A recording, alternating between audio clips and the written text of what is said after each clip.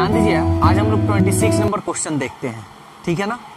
देखिए क्या कह रहा है, कह रहा कोई धन राशि चक्रवृद्धि ब्याज से 2 वर्षों में 4500 रुपया, 2 वर्ष में 4500 रुपया तथा 4 वर्षों में 6750 रुपया, 4 वर्ष में 6750 रुपया।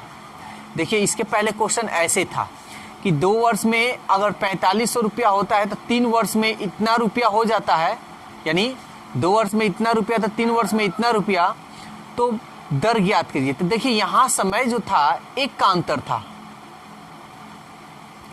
जब समय का अंतर 1 हो तो इसके पहले हम वीडियो बना चुके हैं, ठीक है ना। लेकिन यहां जब समय 2 गुना हो, हमेशा जब भी समय रहेगा तो ये 2 गुना होगा। यह देखिए यहाँ 2 है तो 4 है, 3 है तो 6 है, 6 है तो 12 है, 4 है तो 8 है, यानी ये समय हमेशा 2 गुना ही रहेगा। तो ऐसे सिचुएशन में कैसे हम इसको बनाएंगे, तो देखिए क्या रहा है, राशि ज्ञात कीजिए, राशि यानी P। तो एक फॉर्मूला आप याद रखिएगा, P निकालना है यानी मूलधन, तो फॉर्मूला आप याद रखिएगा A1 into A1 by A2, A1 into A1 into A1, A1 into A1 by A2। A1 क्या है, यानी पहले 4500, यानी पहले वाला का मान है A1 मतलब पहले वाला 4500, A1 भी 4500, अब बट्टा A2 कितना है 6750।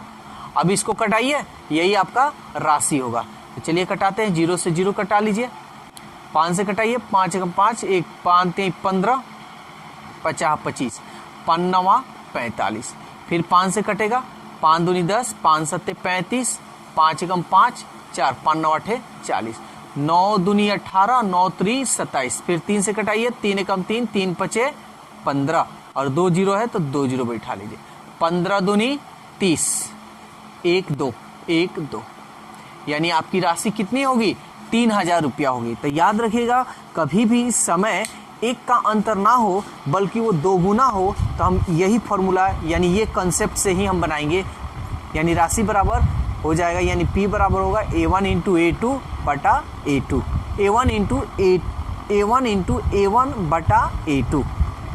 तो आपका ऑप्शन कौन सा है, देखिए तो ऑप्शन नंबर 3। ये फॉर्मूला याद रखिएगा, P बराबर A1 into A1 by A2। इसी फॉर्मूला पे आपका इस टाइप का क्वेश्चन बन जाएगा, लेकिन हाँ कब, जब 2 गुना समय रहे तब। चलिए क्वेश्चन नंबर 27 देखिए।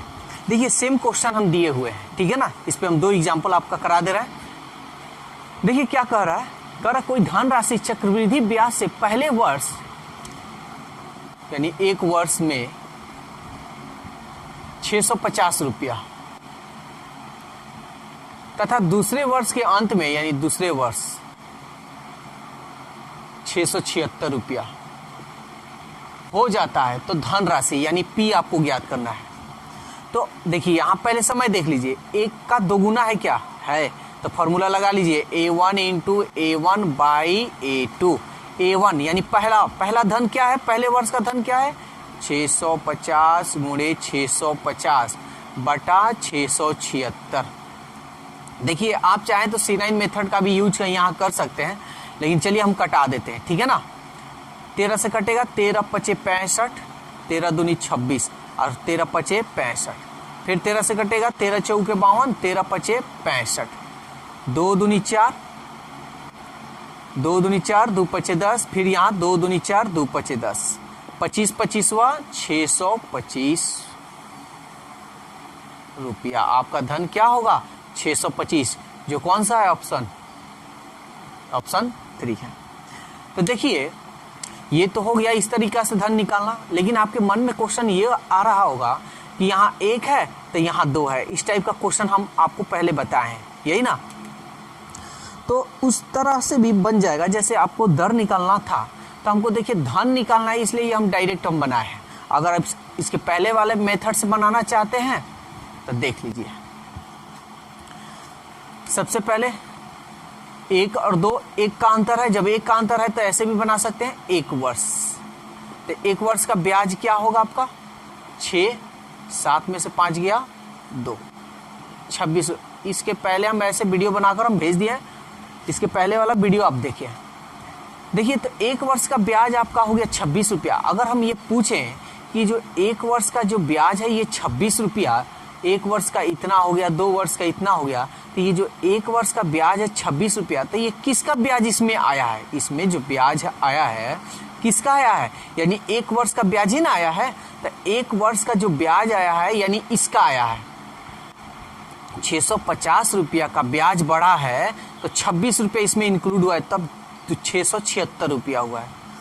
देखिए ध्यान से समझिए, जैसे 1 साल के बाद हमारा 650 रुपया हम क्या किए बैंक में छोड़ दिए, तो बैंक में छोड़ दिए तब इस 650 रुपया का ब्याज मिलेगा तो इंक्लूड होगा यानी जुटेगा।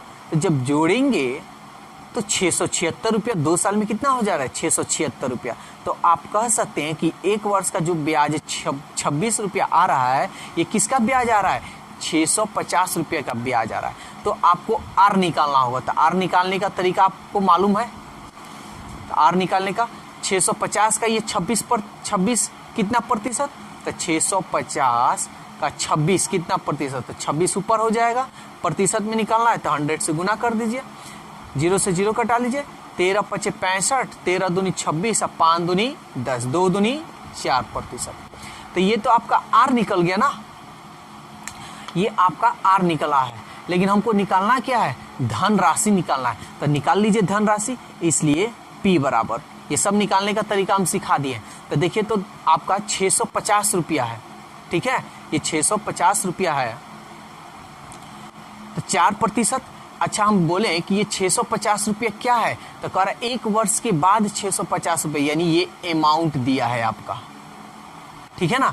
अमाउंट कितना है 650 रुपया। अगर हम बोले कि कितना प्रतिशत ये अमाउंट होना चाहिए, तो देखिए 4% ब्याज और 100% आपका मूलधन, तो 4% और 100% कितना हो जाएगा 104%, यानी 104% आपका अमाउंट है 1 साल का। तो 1 साल का आपका 104% अमाउंट है, यहाँ दिया कितना है 650 रुपया।